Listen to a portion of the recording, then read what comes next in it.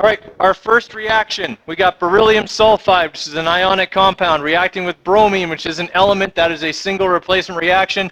And since bromine is the nonmetal, it's going to replace the nonmetal. So beryllium's new partner will be bromine, and sulfur is going to end up by itself. I have to drop and swap my ionic compounds. Okay, beryllium's a +2, bromine's a -1, so we got BeBr2, and sulfur is special. It's an 8. Now I've got to go back and balance. So 1 mark if they got this, and 1 mark if they got that. Okay, 1 mark for each product. It has to look like what I wrote, except neither. Okay. Now I've got to balance the whole reaction. So I go back here, starting with the biggest number. Okay, that gives me 8 beryllium. So I got to put an 8 here and an 8 here. That's what it looks like. 8, 8, 8, and then a 1 or blank. Okay, 1 mark for the balancing. Any other questions on number 1? Okay, question number 2. I have nitrogen reacting with potassium. Remember I told you I don't have very many tricks? Did I tell you about this trick? I totally told you about this trick. Okay, this is going to make an ionic compound. Metal first, non-metal second. Okay, and when that happens, I need to drop and swap. This is a -3 and this is a +1, so I'm going to have K3N. Right? So 1 mark if they have K3N, since there's only one product here. And then they have to balance. There's 3 potassiums over there. Okay, and now there are 3, oh sorry, I got to balance the nitrogens first. Okay, I got to put a 2 here to balance the nitrogens, which gives me 6 potassium, so 1, 6, 2. Okay, should be their balancing. 1 mark for the balancing. So number 2 is only out of 2 marks.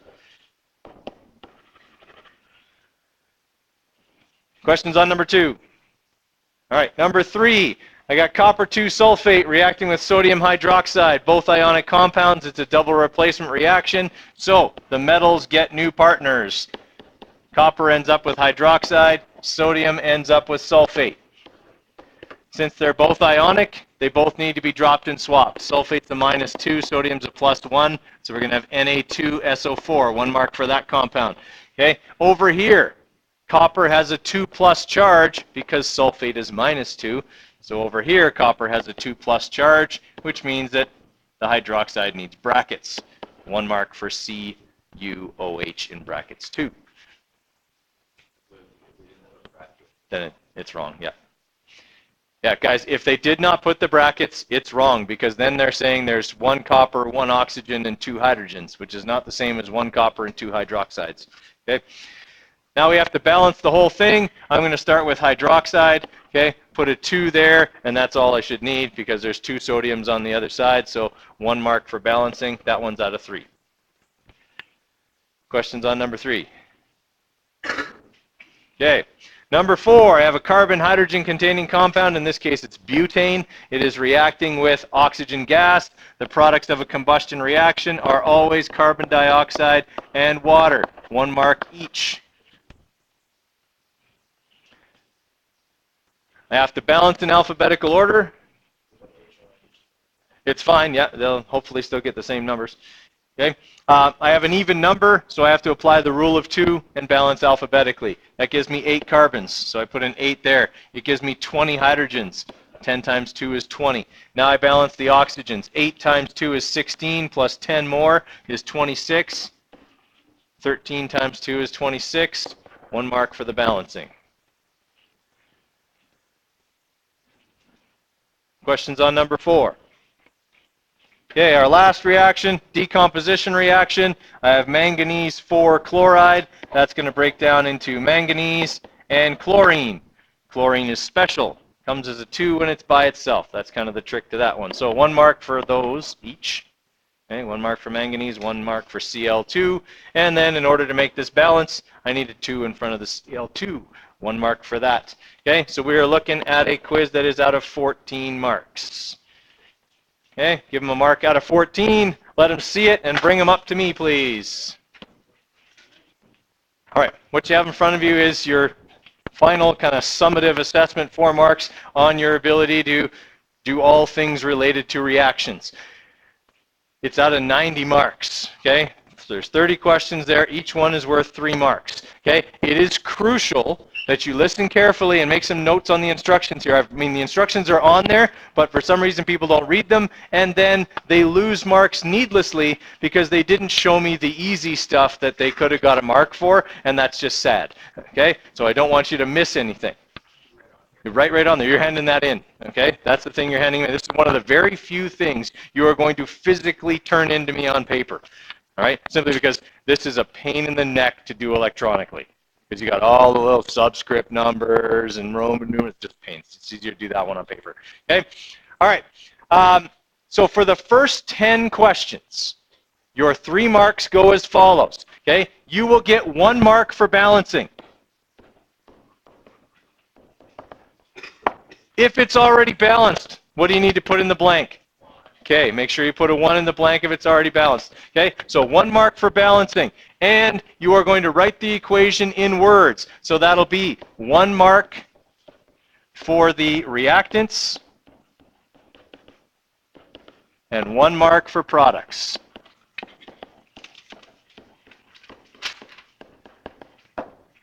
Okay, guys, inevitably, I have people who get 1 out of 3 on every one of these because they fail to write down the reaction in words.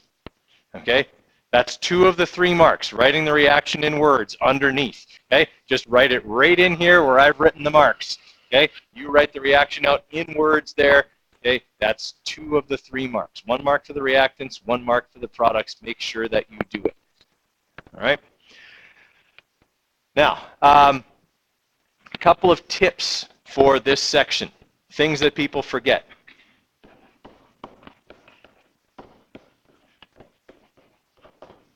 Roman numerals on multivalent metals.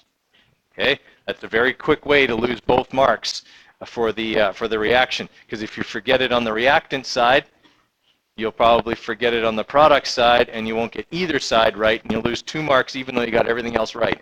Okay.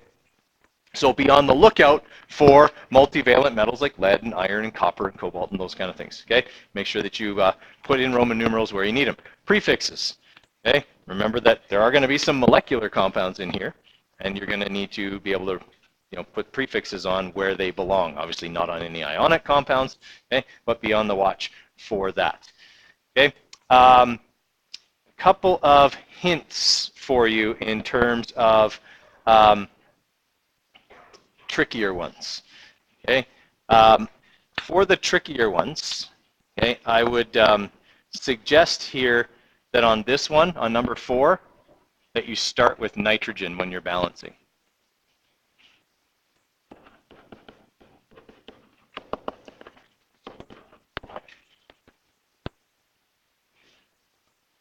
Okay. Because that's a bit of a tricky one to balance, because obviously the nitrate is splitting up between the 2 sides, and oxygen is in every single compound, so it would be advisable to look at it last. Okay, balance the nitrogen first, probably easier. And for number 7, okay, similar idea. Okay, on number 7, I would also suggest starting with nitrogen on the balancing.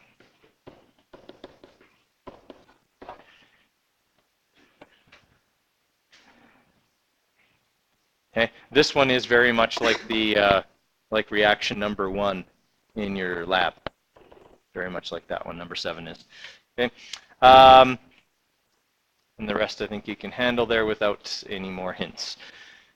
Okay, for the second set of 10 questions, for these ones, you are given the entire reaction in words. I want the entire reaction in formula form, type, and balanced. Okay, so your 3 marks are, okay, 1 mark for the reaction in words. That means you got to get the whole reaction right. Okay, in words. You can't make any mistakes writing it out in words, or you lose the mark for having it written in words. Okay, you get 1 mark for the type. That's the easiest mark, and the one people forget most often for some reason. Okay, all you got to do is write like DR, SR, or synthesis, or combust beside it, and I know. Okay, that's 1 mark. You just got to tell me what reaction type it is. Okay, for each one of these. The last thing, 1 mark for balancing. So you're writing it in formula, sorry, not in words, formula form.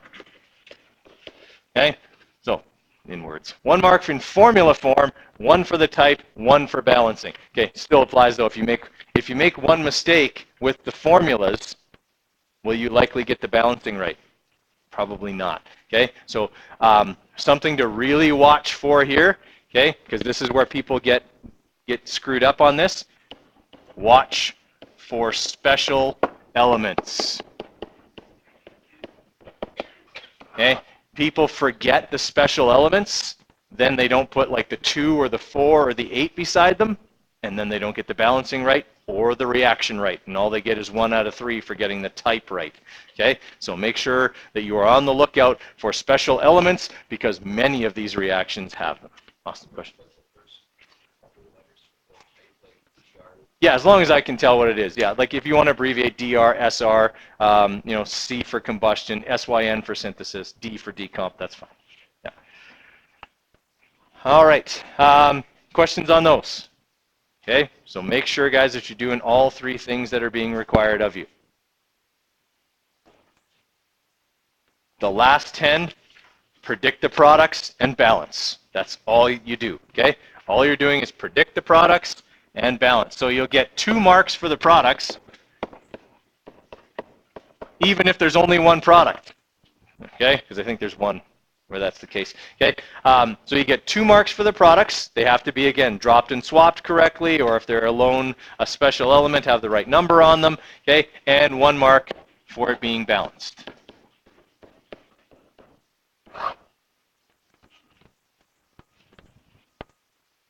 Okay, questions on that? No, but I'm hoping you'll get it mostly done today. I will probably be looking at having it due on like Monday, because I would like to mark it and give it back to you so you can use it to prepare for your unit exam on Wednesday. Okay, so I'm thinking Monday.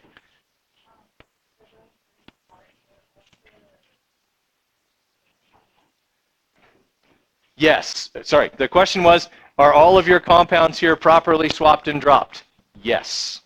Okay, there are no mistakes on this sheet. Okay, so everything has already been dropped and swapped. You don't need to look at doing that. All you're doing for the first 10 is writing their names and balancing. Okay, all right, have at her there, guys. Okay, one thing to keep in mind, guys, because this is like your true assessment of your reaction ability, I'm going to be a little more cryptic in the help that I give. Okay, if you come up and say, Mr. Coder, did I do this right? I'm not going to give you like a yes or no answer. Okay, I might tell you something like, you know, I like where you're going with that, or you know, something like that. I'm not going to outright proofread the whole thing. Okay, guys, several people have asked this question, so I'm just going to address it here on number 5. They're asking, what do I do with this compound right here? And my answer is, name it according to the molecular naming rules. The prefixes are small enough that you know what they are. They're all under 10.